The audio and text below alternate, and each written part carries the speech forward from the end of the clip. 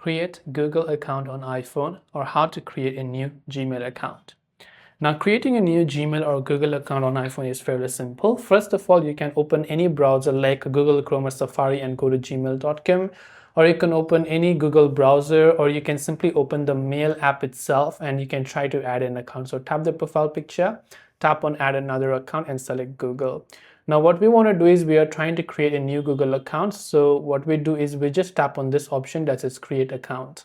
After we tap on create account, select for yourself or personal use, then simply go ahead and then type in your first name and your last name, then tap on the next button. Now simply make sure to choose your day.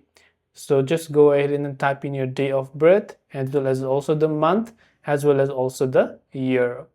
Then when you've done that, go ahead and then make sure to select your gender over here. When you've selected that, you just tap on the next option. Now once you tap on next, it will ask us to choose a Gmail address. You can choose any either of these, or you can create your own Gmail address over there. And then what you do is you can also select one of those, by the way, then tap on the next button.